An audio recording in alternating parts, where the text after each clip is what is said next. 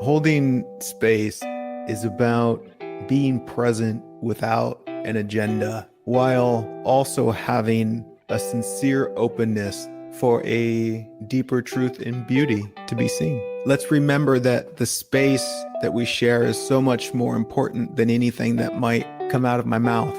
If anything, this is all poetry. And there's a magic that happens when we come together in this way without all the hangups, without even the hangup of thinking that I'm a teacher. I'm looking within what I am. I'm seeing something beautiful and I'm sharing that beauty, which for me speaks to the fundamental point and opportunity of being human. Discover something beautiful on the inside of what you are and then share it with the world.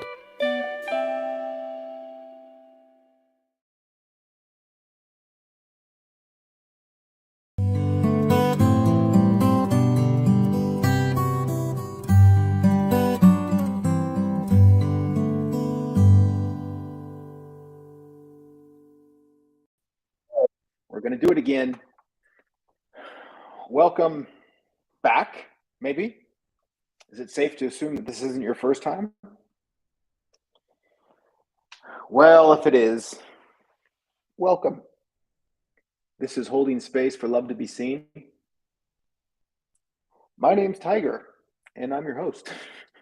I haven't done that yet in 18 episodes. This is episode 18. I'm realizing that now. I've never introduced myself as I start the show. Hi. Okay, that was good. Thank you. Moving on. This program, we're going to hang out for an hour if you decide to stick with it. On this episode, I could imagine people not sticking around because of the topic, which is adorably comical because the title of this episode is What If It's Not Personal? And then if somebody gets irritated with what I'm saying, it means they're taking it personally. So my apologies in advance, playfully, but not really, because it's not really personal. Even if you perceive it to be personal, you can do that. You're free. But as a playful disclaimer, I'm not even talking to you. I can't even really see you. I don't even know who you are. I'm staring at a camera screen, even though it looks like I'm staring right at you. But I'm staring at a little dot, pretending that I'm having a conversation with somebody when really I'm just talking to myself. So that's not about you at all. My goodness, this is going to be such a great episode full of insight and wisdom that I need to hear, and maybe you need to hear it too. So let's have fun with it and play with it. I am going to cut this a little bit short today. I'm going to try and catch a train 17 minutes after the top of the hour, and I think I'm going to need the extra 5 minutes to make that train. So I'm going to cut out just a little bit early. So let's get started. We're going to start with the sacred 2 minutes of stillness, allow ourselves to settle in and be present and consciously recognize that it's this moment that we are participating in here and now, and we are signed up to be here, even though the mind wants to go a million other places. So welcome. Let's start with that 2 minutes.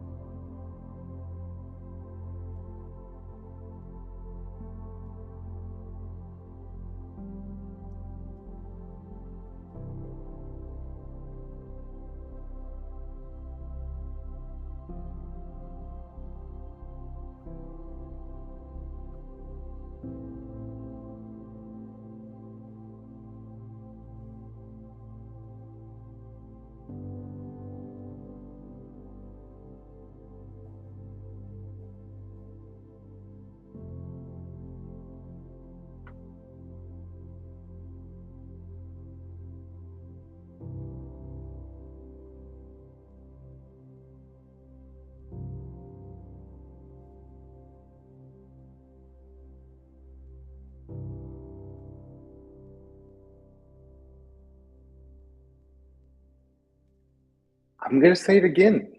That's like my favorite part of the show is not feeling like I have to say anything, not having to rush to some insight, but to just be here with you. My goodness. And really, that's the whole point of this program.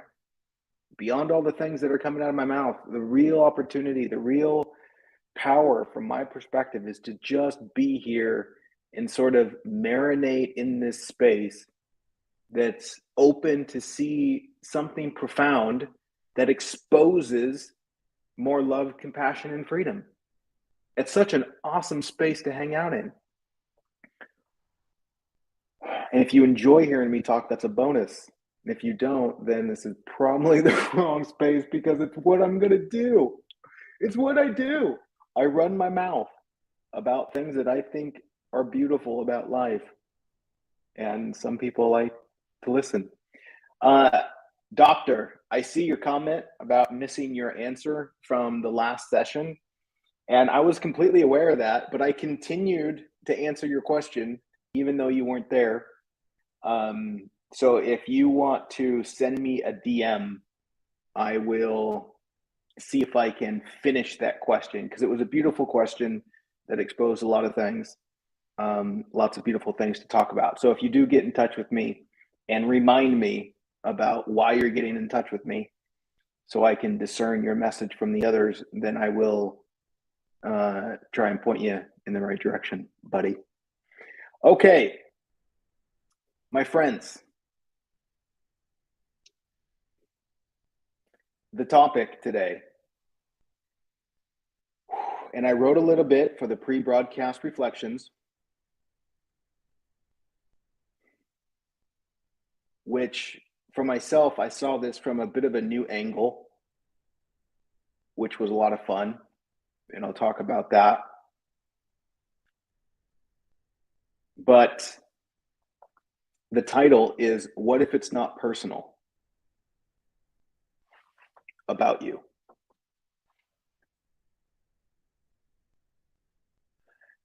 And just like in the reflections that I wrote, I mentioned that I almost want to just stop there and let that question hang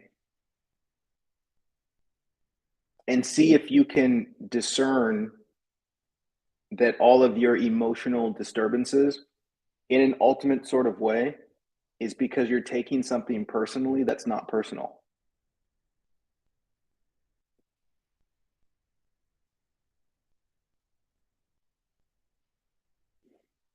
And there's so many things that limit our experience as being human beings to the degree where we don't do what we're here to do. We don't share love. We don't express ourselves. We don't go on a great adventure. We hide from the world because in some way we're taking something personally that's not personal. And so, as always, like I always come back to pointing to, if there is suffering, there's an innocent misunderstanding about experience. Suffering acts as an alarm to invite you to see more clearly. It's not in the way, it's not against you. It's a loving nudge from life that says, wake up. But we're so determined to run away from it, to not look, to suppress it, to numb it, that we don't get the message to see more clearly. And looking at how we take things personally and seeing more clearly that they're not really personal frees you tremendously from a burden that's imaginary. And again, disclaimer, I understand that we go through things in this life that intensely feel personal, and you can tell a fantastic story about why it is personal, and I get that. And that's allowed. You're allowed to perceive things as personal. So I'm not saying that if you are perceiving something personally, you shouldn't. I'm not saying you can't, because clearly you can. The invitation that I'm extending for the one who is open to look is to ask, yeah, but what's really true? I can see that I'm taking something personal. I can see that I believe it's personal, but is it really true? And I can see in my belief, there is a belief that it's true. So what if I saw that it wasn't really true? And as a playful exercise here, without any self-judgment, this is not another opportunity to judge yourself, even though that happens when we look at these things. So be aware of that. This is not the point. But in a playfully sweet, compassionate, adorable way, look at your human suffering and see if you can find something that's not associated with taking something personally. What do I mean by taking it personally? What I mean is something happened, something was said, and you create a meaning that says it was about you, that it determined your worth and value, that it impact your level of wholeness. For example, this is super simple, but let it expand into the complex when it's ready. If someone doesn't respond to my text message and I'm hurt by that, I'm hurt by my interpretation that says it means I'm less than.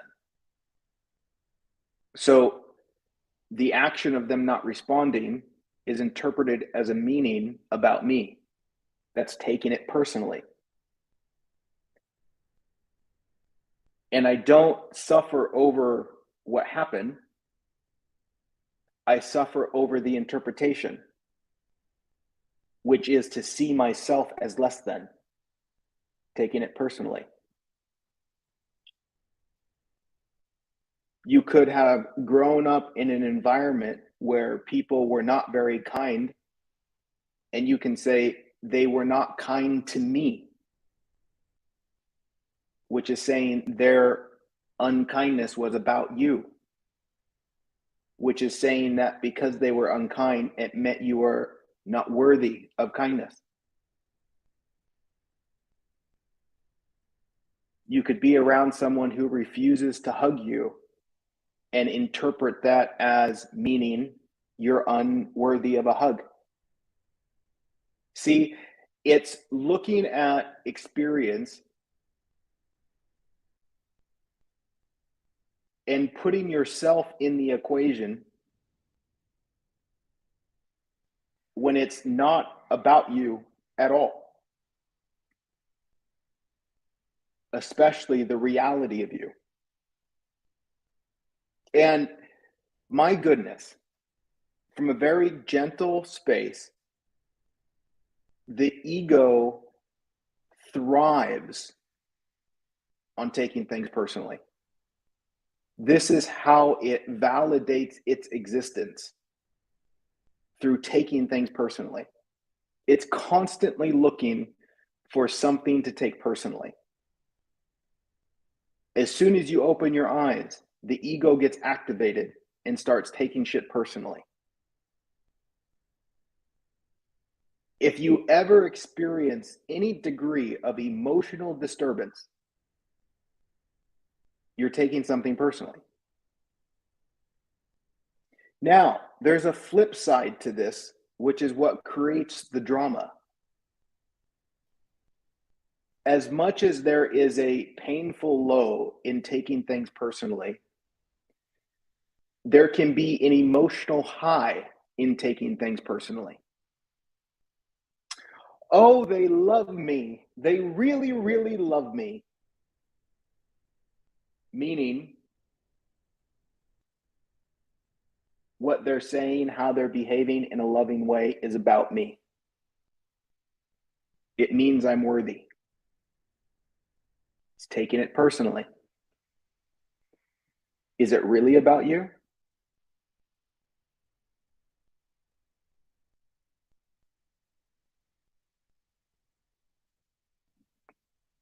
A great illustration of this is compliments and insults. Like, for example, say somebody made a comment that says, "Hey, I really like your sweater," and I feel good.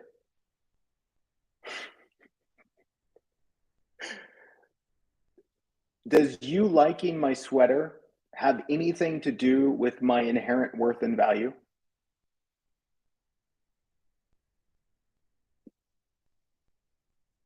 Or are you just sharing with me that you like your own seeing of my sweater, which has nothing to do with me and actually nothing to do with the sweater?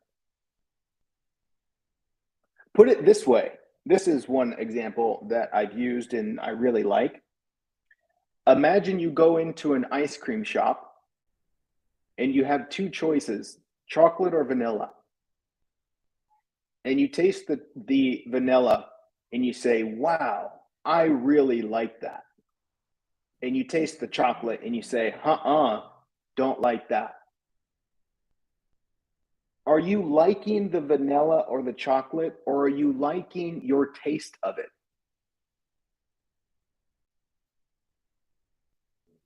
Is your dislike of chocolate about the chocolate, or is it about your experience experiencing you? How silly would it be for chocolate to say, "Well, maybe I should change to vanilla and then you'll like me"? No, chocolate doesn't give a shit if you don't like it, because you liking it or not liking it has nothing to do with that thing. You're not tasting something outside of yourself. You're tasting yourself. In the same way, when you smell something, you're not smelling something on the outside. You're smelling your own smelling.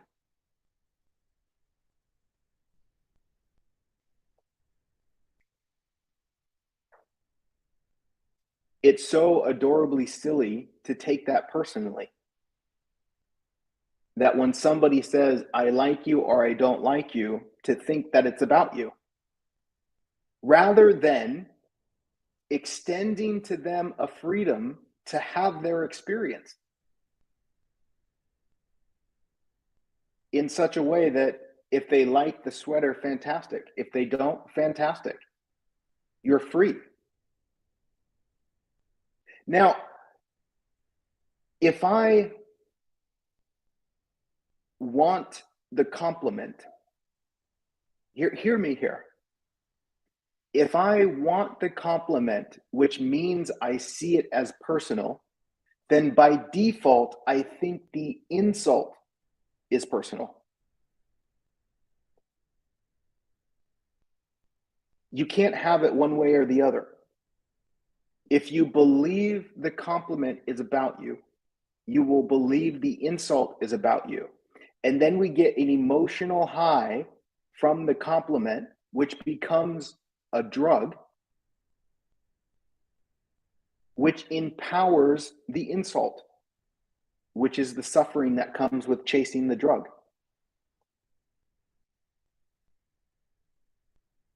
This is the constant back and forth in the human experience, rather than what we might call an abiding state of peace and wellness.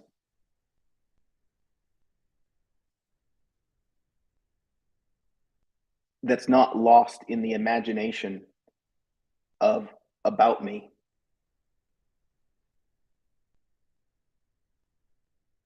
There's a tremendous freedom here, and it's a freedom that's often missed by the ego, because the ego thinks, well, how boring of a life without that emotional high. No, no. And I'll tell you why. because then you can authentically enjoy what's happening. For example, say I encounter someone that I enjoy hanging out with, and they enjoy hanging out with me. If I think it's personal, I'm going to try and hold on to it. And I'm going to be afraid of the opposite. And so in my experience with it is going to be in agitation.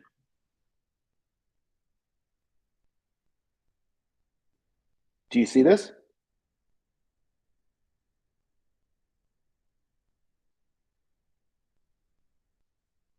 And this is the common experience for human beings, where there is a subtle agitation, even in their excitement about things, because they're afraid it won't work out. And so even though they call it excitement, there's a tinge of anxiety to it. And they can't really enjoy it. They can't really let it unfold because it might not work out.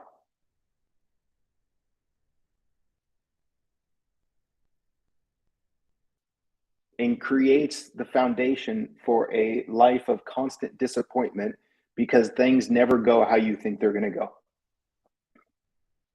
Because how you think is not reality. How you think is to paint pictures in your imagination, and reality is not your imagination. So it will only appear to look like it's going that way, but that's temporary.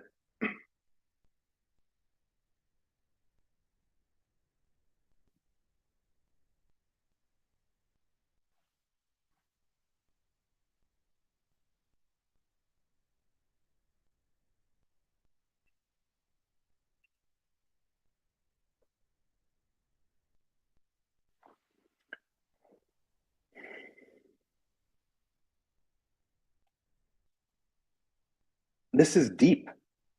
It exposes a completely different way of operating, in stark contrast to the way that the world operates. Because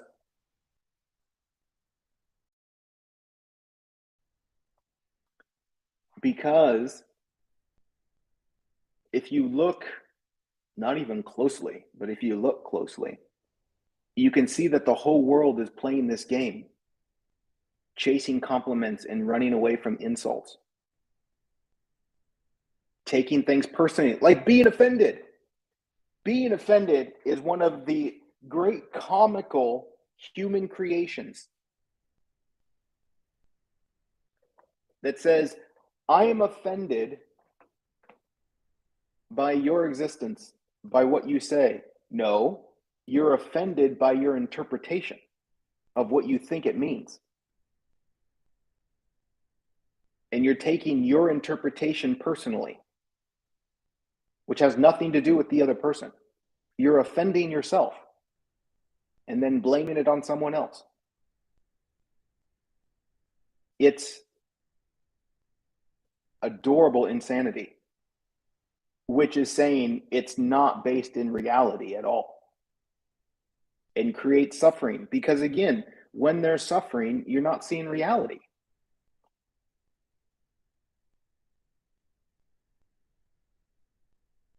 I wrote something today that I've mentioned before in the show, but rather succinctly, that beyond the human being's imagination about reality is a landscape in life that has an infinite supply of love, compassion, and freedom. Pointing to the awareness that in the reality of life, there is a collective cosmic desire for you to enjoy yourself. And we don't enjoy ourselves because we are caught up in a game of worshiping images, which is simply saying worshiping the mind's content, which is also saying worshiping the idea of ourselves, which is what is happening when you're taking things personally. You're saying, this is about me. No, it's not about you. It's about life being life. And when you step back and you see life being life, there's a profound beauty to it, which is very, very difficult to see if you're standing in the way.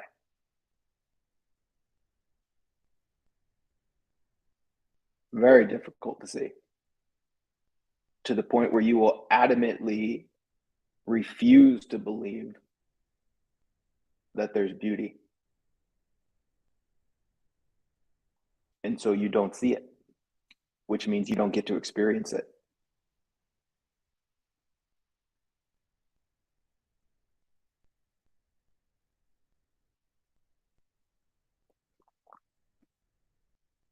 I'm inviting us to open up to a possibility of a life beyond taking things personally.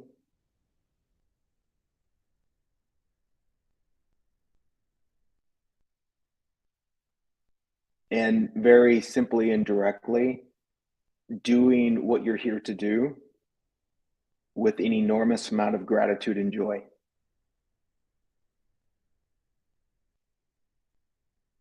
And often we can be so wrapped up in our egoic identity that we can be perceivably disconnected from what we're really here to do, which is ultimately to share love in some way.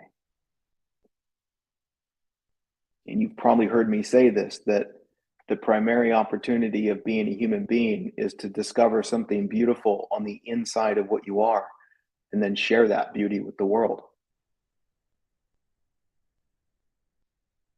This is the greatest discovery, is a love and beauty that exists on the inside of what you are, which is actually an infinite supply, and then spend the rest of your life giving it away.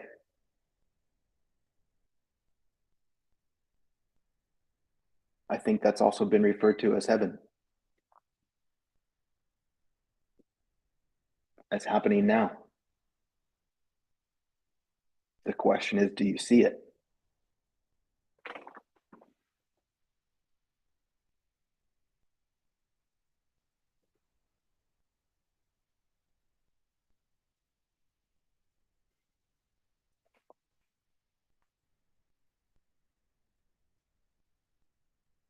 I think I'm done rambling on that. It feels very succinct, right?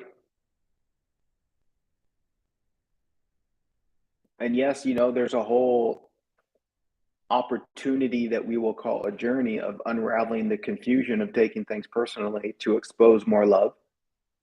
And you can open yourself to that unfolding. But I think I'm going to leave it at that for now and see if there's any questions or things you might want me to speak at while we have another 20 minutes before we end with a very short guided meditation. But looking at the comments here, I can see that you guys are really digging this topic.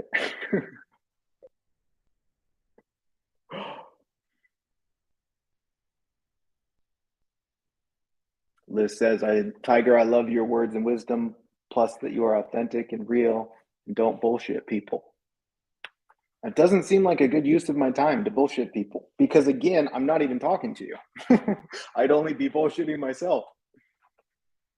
That's interesting, isn't it? To consider that you don't actually bullshit other people, you only bullshit yourself.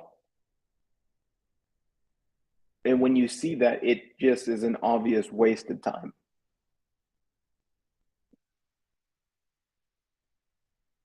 Not allowing yourself to be authentic when nobody else sees you, that's a trip. We operate in this world in a way that thinks other people can see you, and we want other people to see us. That's not even real, man. People don't see you, they see their idea of you. People see their own seeing. Just like everyone watching here now, there's over 100 people watching. Everyone sees a different version of Tiger. No one actually sees me. Everyone is seeing their own creation. And when I see that, it's absurd to want you to see me because it's impossible. Likewise, I understand that nobody really understands what I'm saying.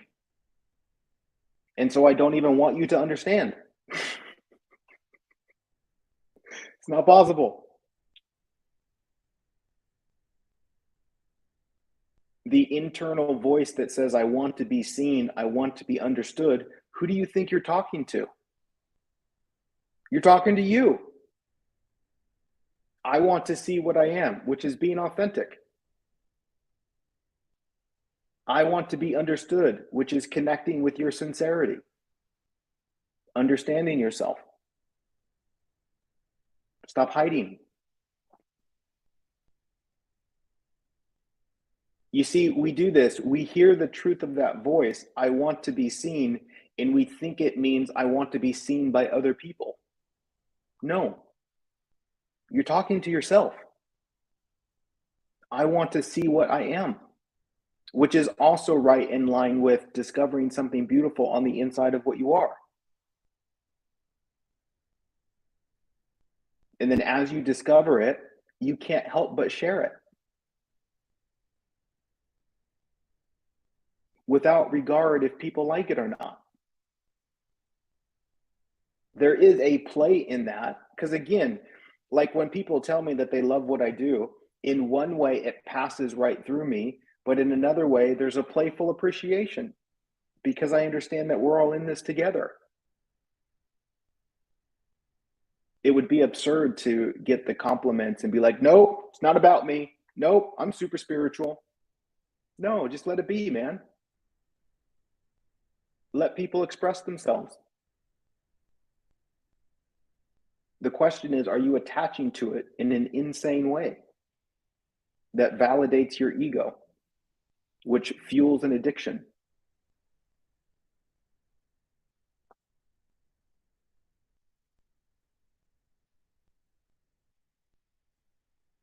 My goodness. Gosh, I'm so excited to be here with you.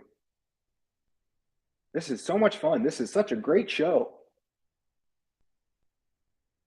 I wrote down back in December when we started this show that I had like this beautiful, playful vision. Again, doesn't really matter. It's just playful of doing this show and making it an awesome space where 1,000 people can come out and just hang out live. And we can marinate together and celebrate a depth of insight that exposes massive amounts of love. And then we just go out and share it. And we check in a few times a week in these live videos. I'm doing 4 a week now, 2 on Tuesday and 2 on Wednesday, trying to accommodate different time zones. And I don't know if that'll stick, but that's what's happening. And you know what would be cool is if you wanted to help grow this space, tell people. If you see love, share love. Invite them to come hang out. And you can donate. I always forget there's a donate button and people can donate. Because in a playful way, in a practical way, this is how this works, practically speaking, okay? I have a small team of helpers that help me do what I do, that I pay. And in order for me to be able to pay them, I have to spend my time doing things that create value and offer a return of value. So I put my attention places and see if it creates value in a way that value comes back.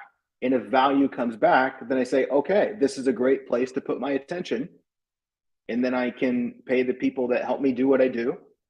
And as that grows, it helps us do more of what we do. It's very simple. And that's the great thing of people coming together where we just have an agreement that says, yes, Let's do this. Let's put our resources together to make this happen, to contribute to this vibe, this space. And that resource is abundant. It's not just money, it's also sharing resources, time, and attention as well.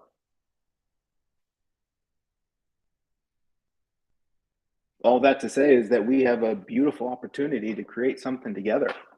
I think this show, Holding Space for Love to Be Seen, could be playfully impactful. Who knows how, but it sounds like it could be fun. Thanks for the donation, Doc.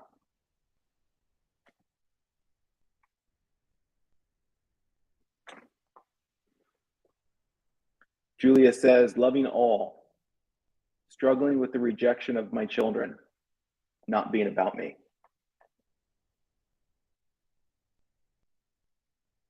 Yeah, one thing that you can explore that is to, you know what, can we get real for a second?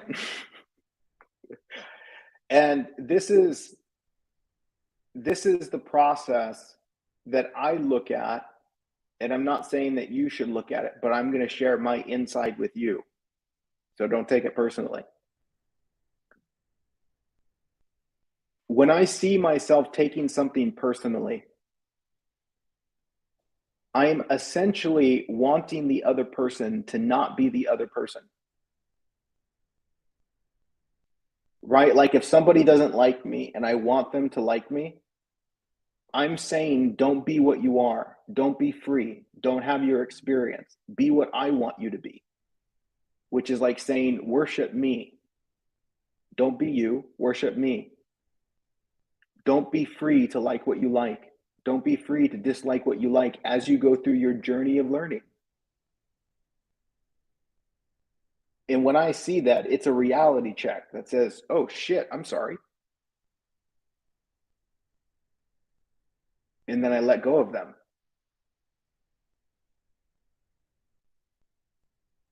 And it's not an opportunity to judge yourself as you see that you're withholding freedom from other people because you're experiencing an insecurity, which means you don't see yourself clearly. But it's an important point to note that it's actually quite violent to want somebody to like you. It says, don't be you.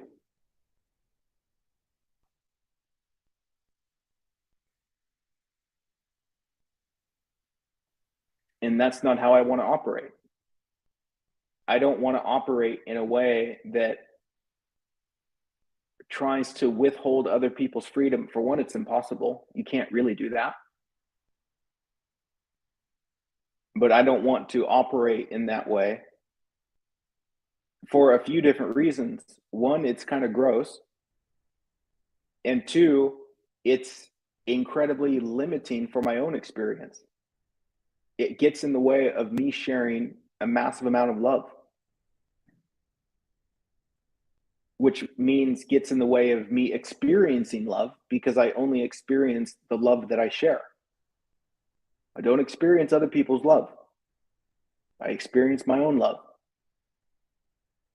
Their love is not personal, even though it can be perceived that way. Nice, Brooke. I'm glad you like it. Thanks, Jennifer, for the donation. Thanks, Philomena. I love seeing donations come in all these different currencies from people all around the world. That's great.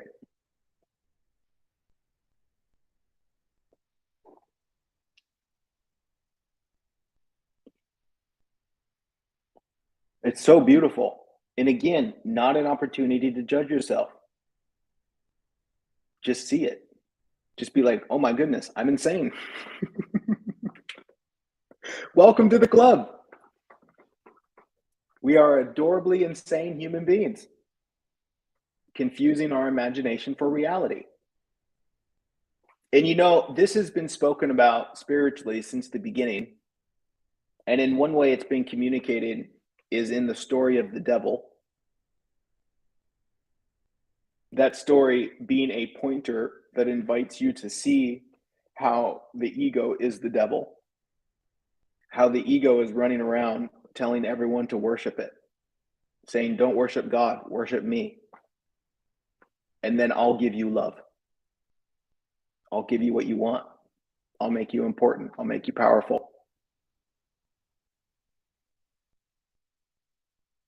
The devil tries to take other people's freedom, to use it for its own power. And it does that predominantly through fear, making you afraid. And that's what we do to other people.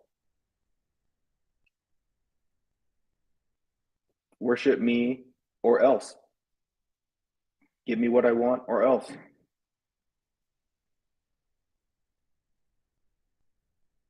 And in a manner of speaking, using stories, God is not concerned about the devil.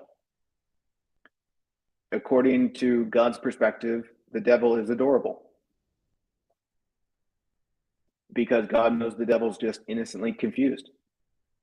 In the story is one where the devil used to be an angel and then decided that he wanted to be God. This is what human beings are doing. They're trying to be God rather than letting God be God, as a manner of speaking, using words to tell a story.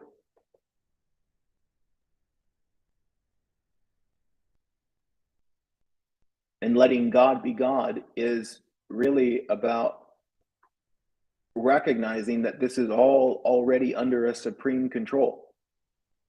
Reality. It's already in harmony.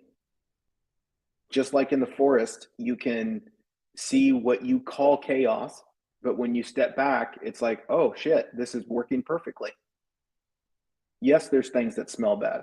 Yes, there's things that smell beautiful. Yes, the rocks are mixed in with the grass. Yes, there's trees falling over. Yes, there's flowers blooming. But it's all working together so that the forest can be the forest. And if you step back and you look at the whole forest, you say, oh my God, you're beautiful. And so you got to step back and look at the whole thing. And you can't do that when you're taking shit personally.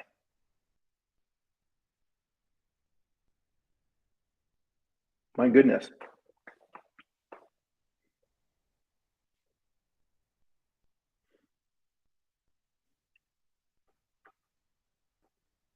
All right. We are going to wrap up now. I'm going to give myself a little bit more time to catch that train.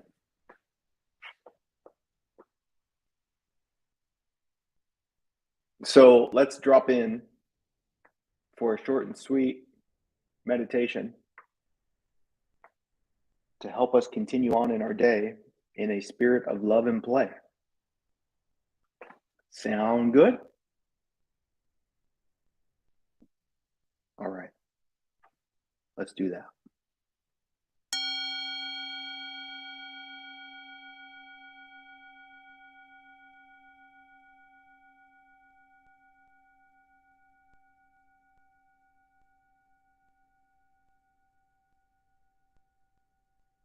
Here we are in this moment once again,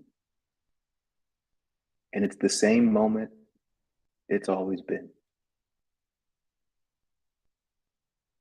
The same stillness, ever present. The same peace that's been here for all of time and beyond.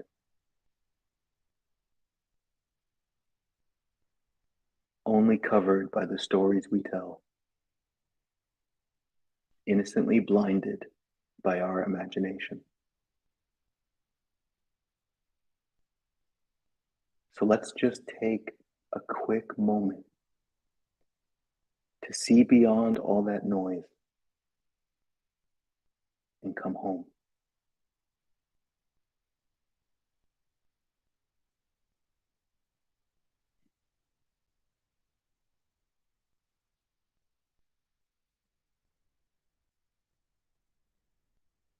we can allow our breath to bring us deeper and deeper into right now. Recognizing that even the breath, you're not doing that.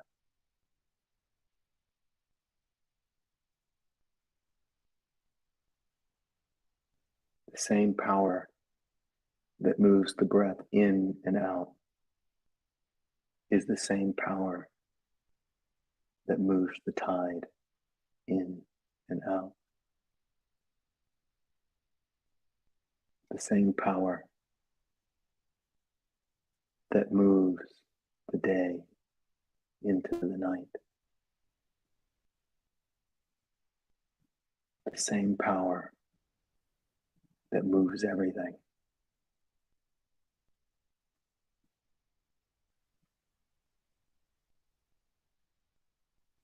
Let's just give it all back to that power. To surrender and give life back to life.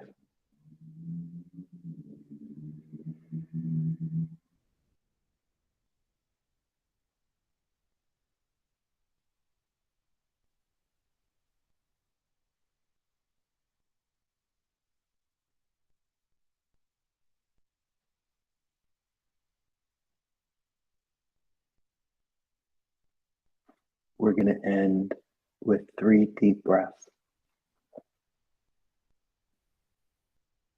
And on the inhale, we're going to recognize the miracle of this stillness that is the same stillness that has always been. And on the exhale, we're going to release any resistance, any fear, any doubt. And then in between those breaths, we're going to rest in an immense gratitude for all that is and all that is real.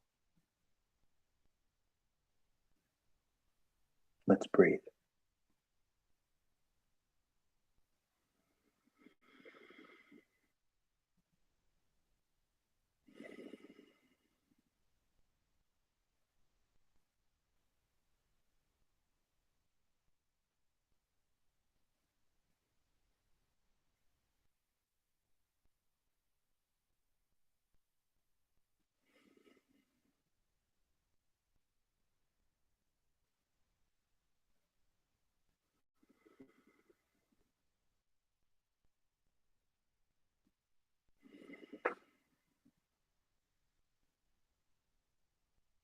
Thank you, thank you, thank you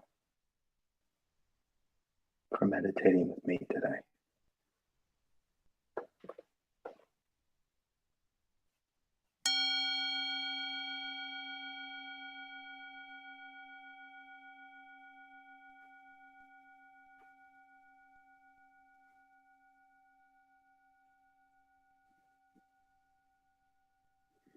Beautiful, you guys. Nice job, everyone. Way to go, team. All right. I have events scheduled for next week. If you have any topic ideas, I'm always open to hear them. Send me a DM. Let me know what you want me to speak on as a topic. And then tell your friends. Join the community. Enlight Connect.